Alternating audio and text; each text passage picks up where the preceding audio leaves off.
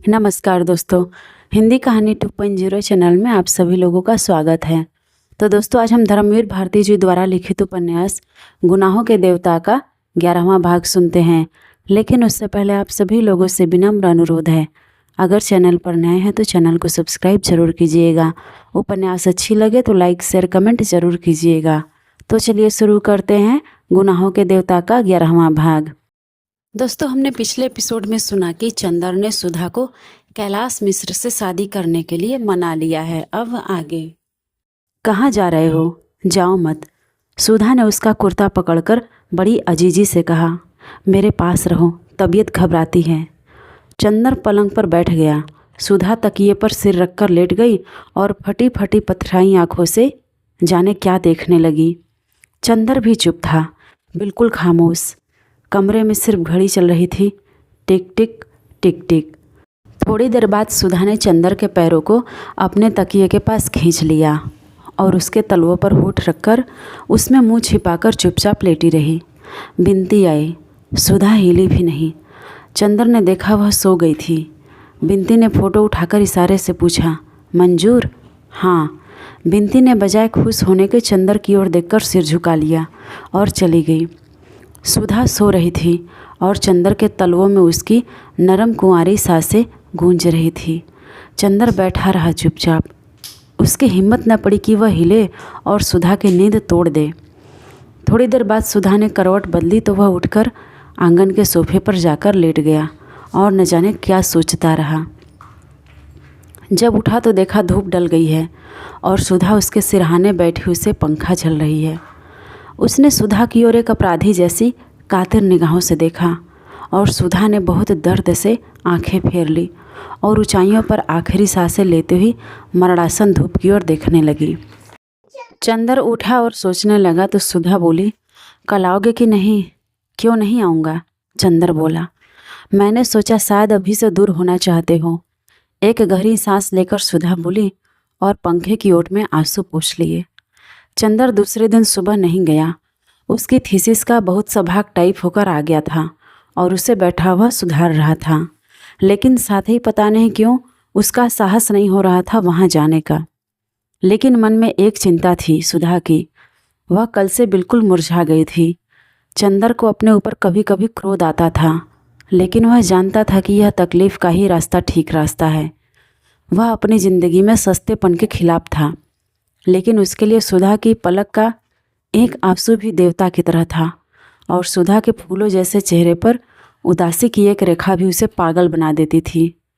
सुबह पहले तो वह नहीं गया, बाद में स्वयं उसे पछतावा होने लगा और वह अधीरता से 5 बजने का इंतज़ार करने लगा। 5 बजे और वह साइकिल लेकर पहुंचा। देखा सुधा और बिनती दोनों नहीं हैं। अकेले डॉक्टर शुक्ला अपने कमरे में बैठे हैं। चंदर गया। आओ, सुधा ने तुमसे कह दिया उसे पसंद है? डॉक्टर शुक्ला ने पूछा। हाँ, उसे कोई एतराज़ नहीं है, चंदर ने कहा। मैं पहले से जानता था। सुधा मेरी इतनी अच्छी है, इतनी सुशील है कि वह मेरी इच्छा का उल्लंघन तो कर ही नहीं सकती। लेकिन चंदर, कल से उसने खाना पीना छोड़ दिया है। बताओ इससे क्या फ़ायदा? मेरे बस में क्या है? मैं उसे हमेशा तो रख नहीं सकता। लेकिन आज सुबह खाते वक्त बैठी भी नहीं मेरे पास। बताओ। उनका गला भर आया। बताओ, मेरा क्या कसूर है? चंदर चुप था। कहाँ है सुधा? चंदर ने पूछा। गैरेज में मोटर ठीक कर रही है। मैं इतना मना किया कि तेज़ धूप में तप जाओगी, लू लग जाएगी, लेकिन मानी ही नहीं। बताओ, इस झल्लाहट से मुझे कैसा लगता है? वृद्ध पिता के कातर स्वर में डॉक्टर ने कहा, जाओ चंदर, तुम्हें समझाओ, मैं क्या कहूँ। चंदर उठकर गया। मोटर गैरेज में काफ़ी गर्मी थी, लेकिन बिनती वहीं एक चटाई बिछाए पड़ी सो रही थी और सुधा इंजन का कवर उठाए मोटर साफ करने में लगी हुई थी। बिनती बेहोश सो रही थी। तकिया चटाई से हटकर ज़मीन पर चला गया था और चोटी फर्श पर सोई हुई नागिन की तरह पड़ी थी। बिनती का एक हाथ छाती पर था और एक हाथ ज़मीन पर। आंचल न रहकर चादर बन गया था। चंदर के जाते ही सुधा ने मुंह फेर कर देखा। चंदर, आओ। छिड़ मुस्कुराहट के साथ उसके होठों पर दौड़ गई, लेकिन इस मुस्कुराहट में उल्लास लूट चुका था, रेखाएं बाकी थी। सहसा उसने मुड़कर देखा। बिंती, अरे कैसे घोड़ा बेचकर सो रही है? उठ, चंदर आए हैं। बिंती ने आंखें खोली, चंदर की ओर देखा, लेटे ही लेटे नमस्ते किया और आंचल संभालकर फिर करवट बदलकर सो गई। बहुत सोती है कमबख्त, सुधा बोली। इतना कहा इससे कमरे में जाकर पंखे में सो, लेकिन नहीं, जहाँ दीदी रहेगी वहीं यह भी रहेगी। मैं गैरेज में हूँ तो यह कैसे कमरे में रहे? वहीं मरेगी जहाँ मैं मरूंगी। तो तुम ही क्यों गैरेज में थी? ऐसी क्या ज़रूरत थी अभी ठीक करने की? चंदर ने कहा।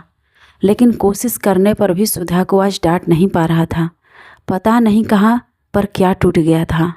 नहीं चंदर, तबीयत ही नहीं लग रही थी, क्या करती? क्रोशिया उठाई वह भी रख दिया, कविता उठाई वह भी रख दी।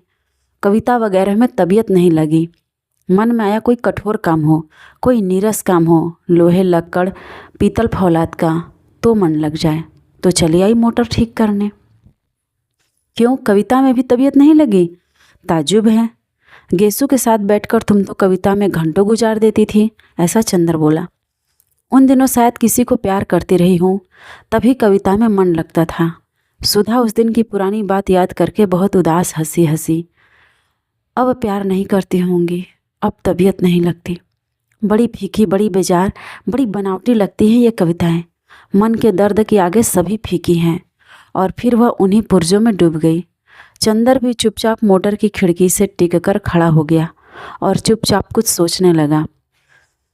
सुधा ने बिना सिर उठाए झुके ही झुके एक हाथ से एक तार लपेटते हुए कहा, चंदर, तुम्हारे मित्र का परिवार आ रहा है इसी मंगल को, तैयारी करो जल्दी। कौन परिवार सुधा? हमारे जेठ और सास आ रही हैं इसी बैसाखी को हमें देखने। उन्होंने तिथि बदल दी है तो अब 6 दिन ही रह गए हैं।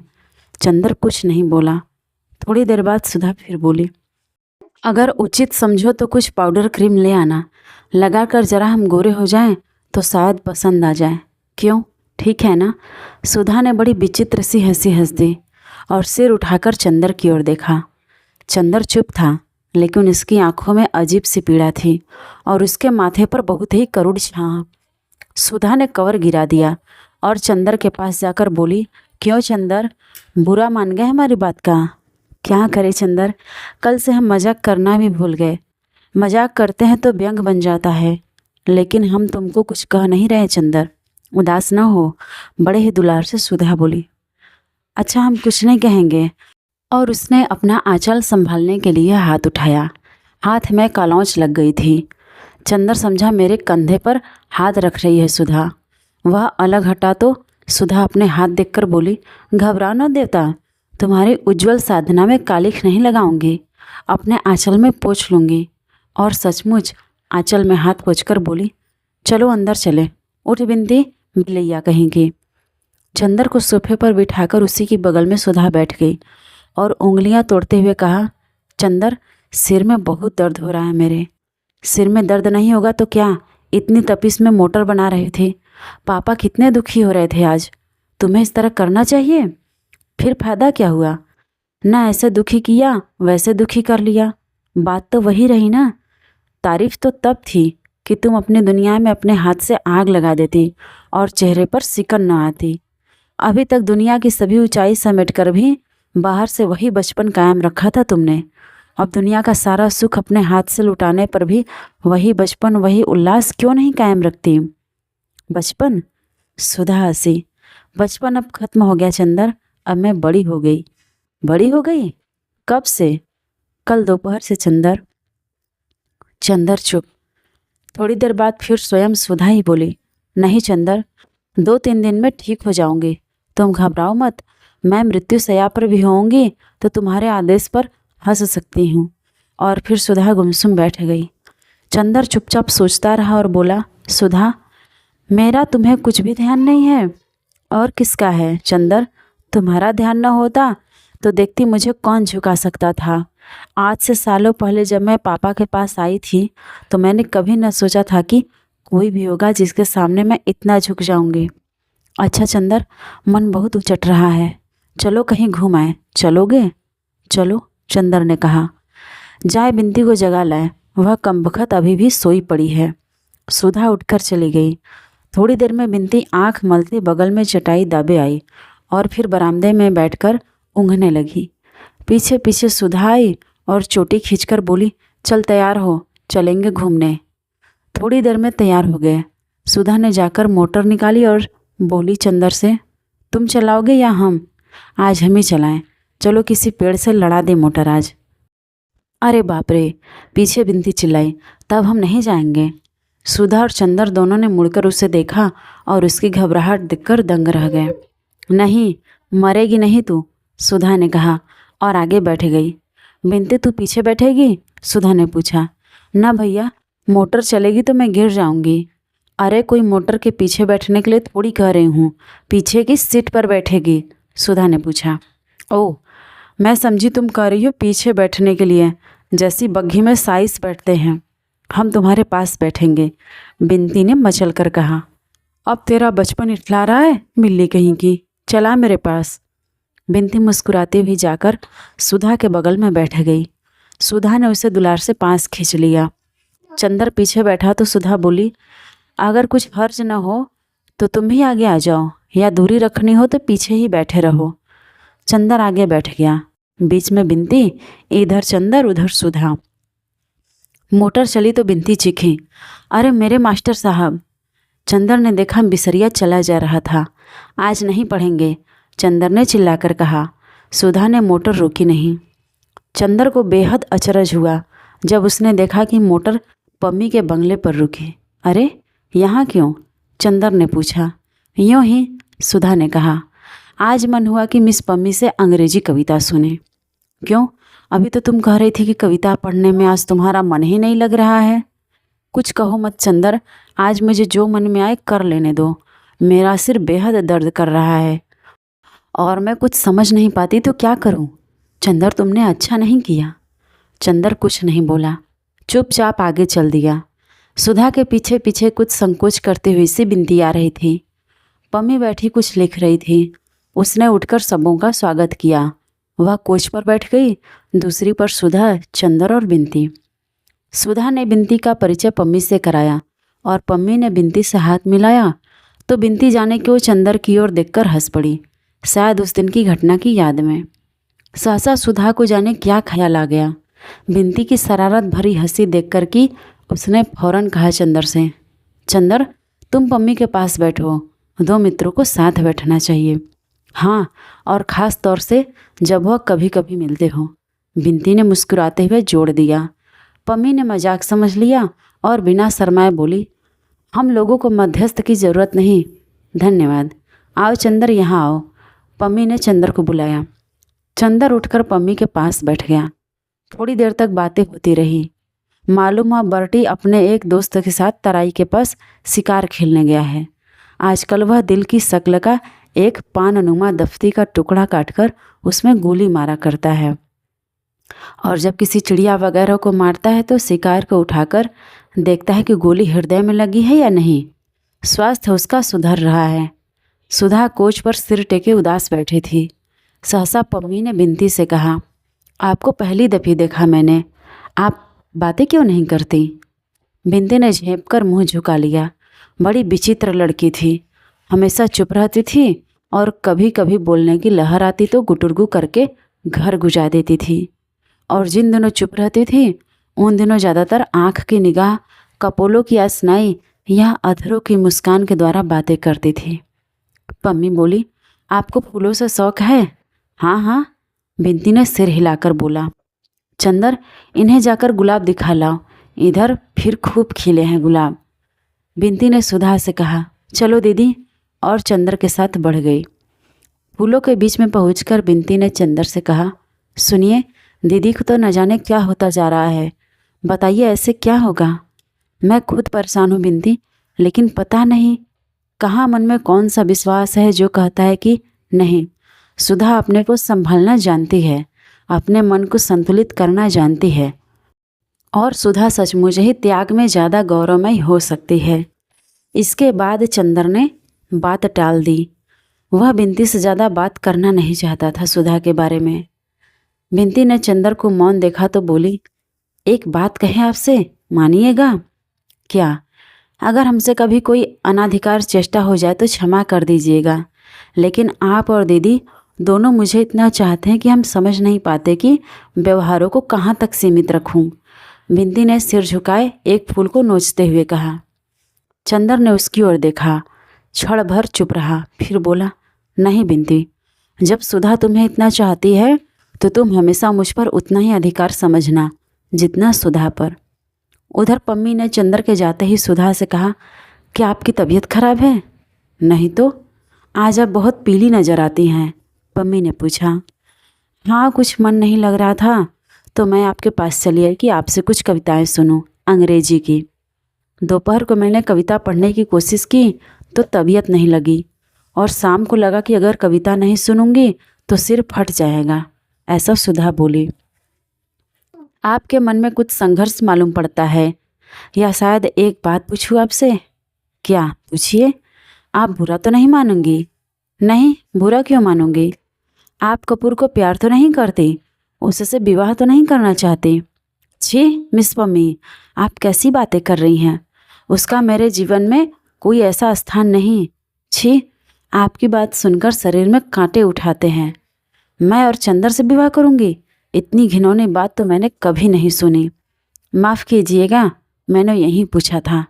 क्या चंदर किसी को प्यार करता है? नहीं, बिल्कुल नहीं, सुधा ने उतने ही विश्वास से कहा जितने विश्वास से उसने अपने बारे में कहा था। इतने में चंदर और बिंती आ गए। सुधा बोली अधीरता से, मेरा एक एक क्षण कटना मुश्किल हो रहा है, आप शुरू कीजिए कुछ गाना। कपूर, क्या सुनोगे? पम्मी ने कहा। अपने मन से सुनाओ। चलो, सुधा ने कहा तो कविता सुनने को मिली। पम्मी ने अलमारी से एक किताब उठाई और एक कविता गाना शुरू किया। हेयर पिन निकालकर मेज पर रख दी और उसके बाल मचलने लगे। चंदर के कंधे से वह टिककर बैठ गई और किताब चंदर की गोद में रख दी। बिंती मुस्कुराई तो सुधा ने आंख के इशारे से मना कर दिया। पम्मी ने गाना शुरू किया, लेडी नॉर्टन का एक गीत जो इस प्रकार है।